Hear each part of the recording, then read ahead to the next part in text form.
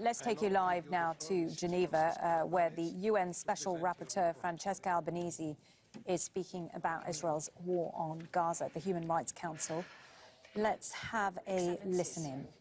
It is with the heaviest heart that I appear before you today to deliver my fourth report as the Special Rapporteur on the occupied Palestinian territory.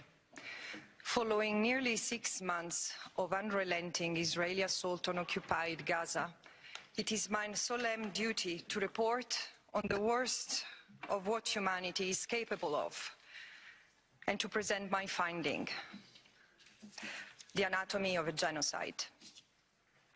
History teaches us that genocide is a process, not a single act. It starts with the dehumanization of a group as other and the denial of that group's humanity, and ends with the destruction of the group in whole or in part.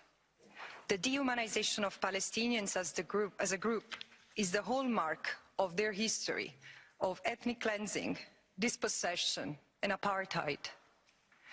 In the words of Edward Said, Palestinians were made orphans of a homeland by the creation of the State of Israel and its continuous policies, intended to erase their presence from their land. Genocide is defined in international law as specific sets of acts committed with intent to destroy in whole or in part a national, ethnical, racial, or religious group as such. It is often referred to as the crime of crimes due to its complexity and because of the challenge of proving the specific intent as the Convention requires. And yet, this complexity is not about the creation of a hierarchy among atrocity crimes. It's rather a reflection of a different nature and scale. The heightened threshold for intent, namely to destroy a group as prescribed by Article 2 of the Genocide Convention, must be proven directly or inferred from facts which admit of no other reasonable inference. But when genocidal intent is so conspicuous, so ostentatious as it is in Gaza, we cannot avert our eyes. We must confront genocide. We must prevent it, and we must punish it. The catastrophic situation I investigated is known, as it has been broadcast to the world in real time by its victims. Astoundingly, rather than halting its momentum, a minority of powerful member states have provided military, economic and political support for the atrocity, compounding the devastation it has wrought for the Palestinians.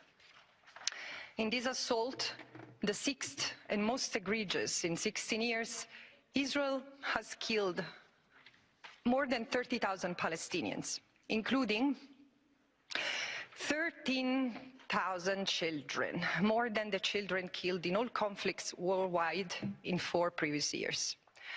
Journalists, doctors, nurses, artists, academics, engineers, scientists, and their family members, a whole society has been targeted.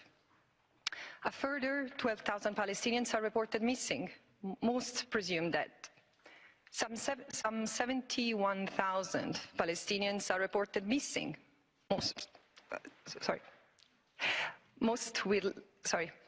Some 71,000 are injured, most with life-changing wounds, made worse by the decimation of the healthcare system and overwhelming unsanitary conditions created in Gaza.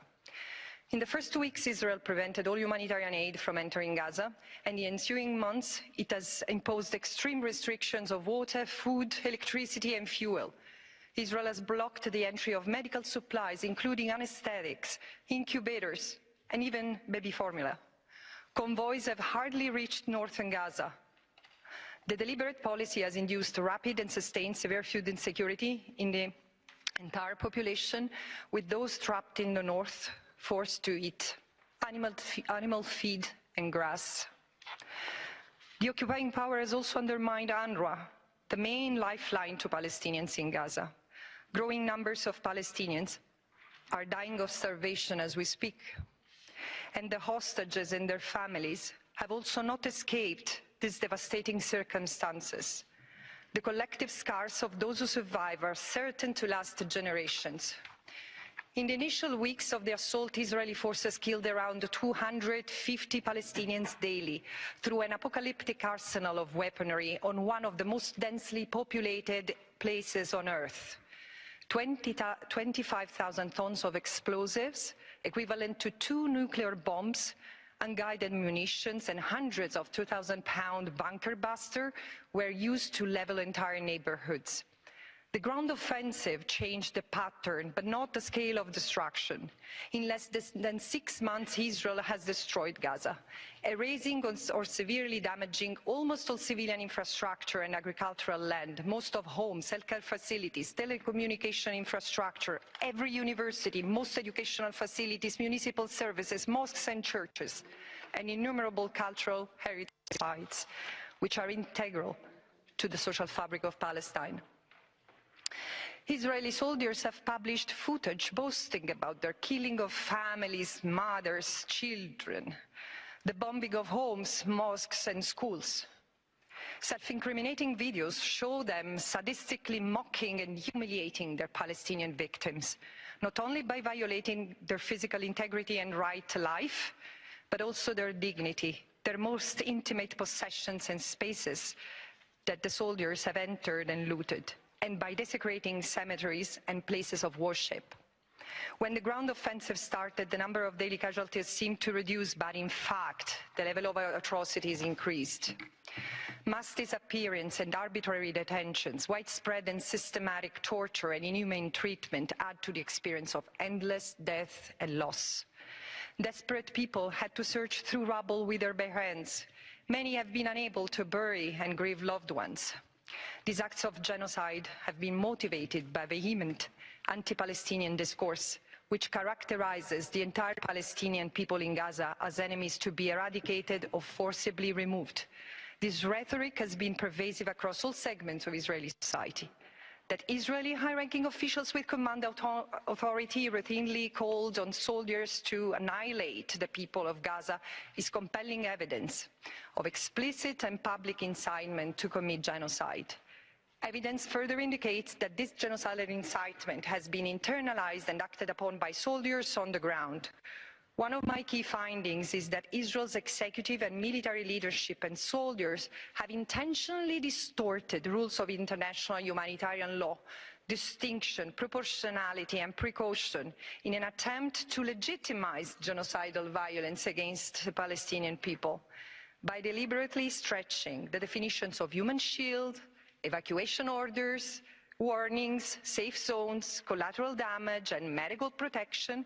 Israel has used their protective function as humanitarian camouflage, with the effect of concealing patterns of conduct from which the only inference can reasonably be drawn is a state policy of genocidal violence against the Palestinians.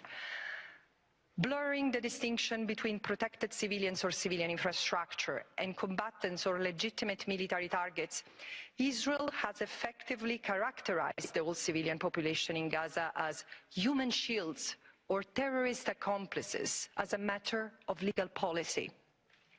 Those who managed to evacuate to areas that Israel defined as safe humanitarian zones have been met with further attacks, their deaths and injuries justified as collateral damage.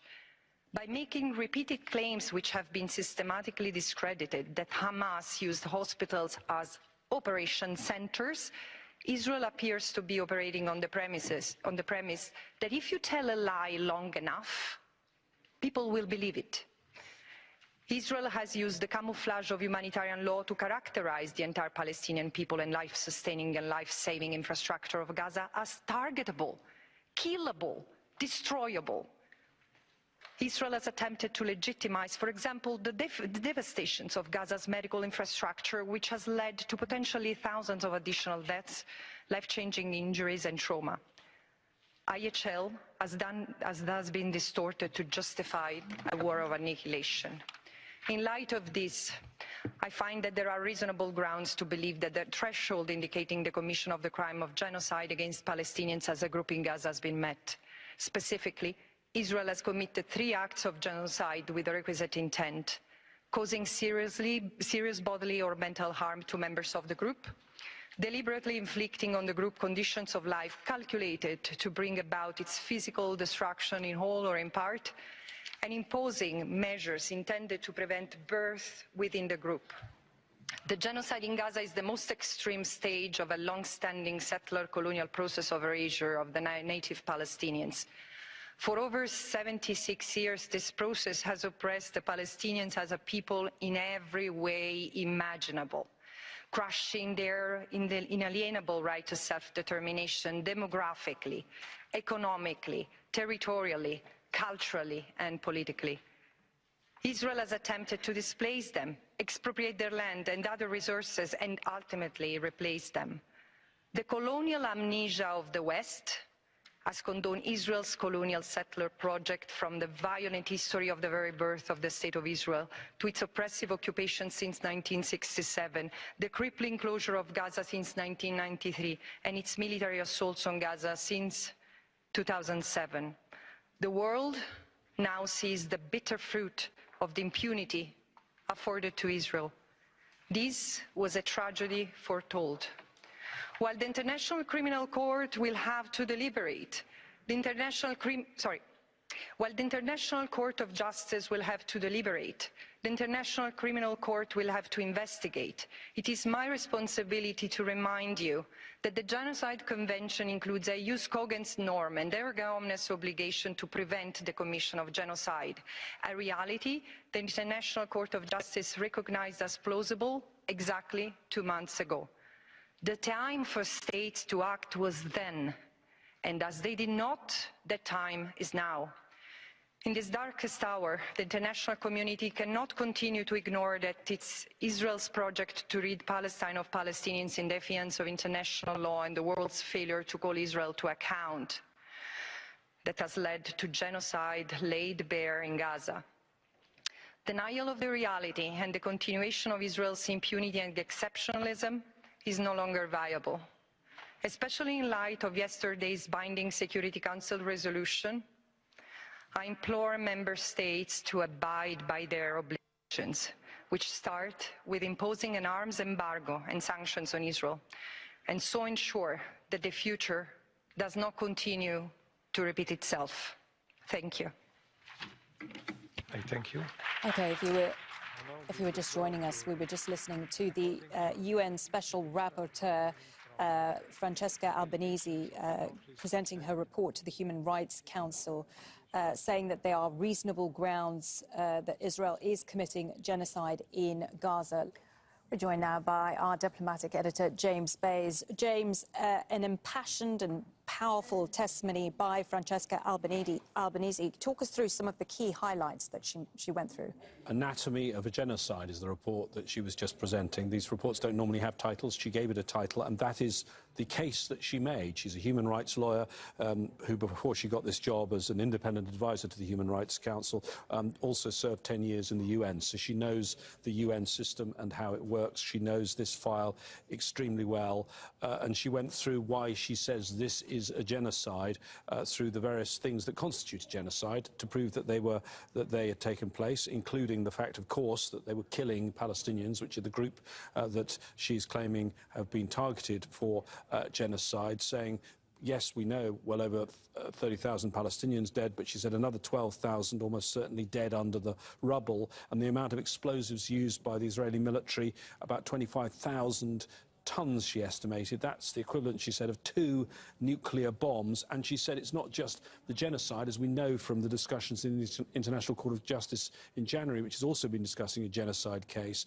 You need to prove intent of genocide. She said that there have been quotes from all sorts of Israeli officials, all the way up the command structure, right the way to the defense minister and Prime Minister Netanyahu, that prove genocide. She said the genocide intent was actually so ostentatious in this case that Israel wasn't covering up what it was doing. She said they were also perverting the international humanitarian law, using it to justify what she said was their war of annihilation. And she said that Israel was working on the premise that if you tell a lie enough times, people will start believing it. James, tell us why reports like this, testimony like this matters, because people watching this may wonder, especially after the UNSC vote yesterday, which has been rejected by Israel. This testimony by Francesca Albanese has also been rejected by Israel. Why does it matter in terms of the bigger picture when nothing seems to be appears to be changing on the ground? Yeah, Israel has already said her report is an obscene inversion of reality.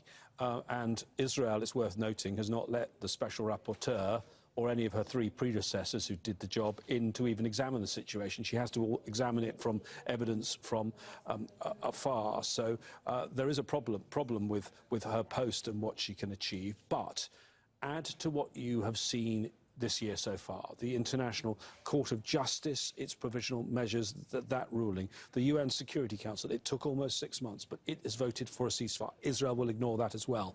The fact that in that Security Council meeting 24 hours ago, there was applause at the end. There's never normally applause at the end of a Security Council meeting when a vote is cast. There was applause at the end of this meeting, very unusual, and those people applauding, they're not members of the public, they're ambassadors who are applauding, showing what they're feeling. And I think in the Security Council in the last 24 hours, you saw Israel. Yes, the US didn't vote for the resolution, it abstained, but Israel was alone. And I think what is slowly developing is global isolation and condemnation for Israel. It's developing into a situation where it could become a pariah state. Go back maybe to apartheid in South Africa. Then that country for 20 years was eventually suspended from the United Nations. For 20 years it wasn't even allowed to take part in UN activities. And I think it's that sort of isolation and global disdain that Israel might be facing. And it's exactly that this weekend that the US Secretary of State warned Prime Minister Netanyahu of when he talked about the possible Rafah offensive. He said Israel is facing global condemnation and a real tarnishing of its reputation long term.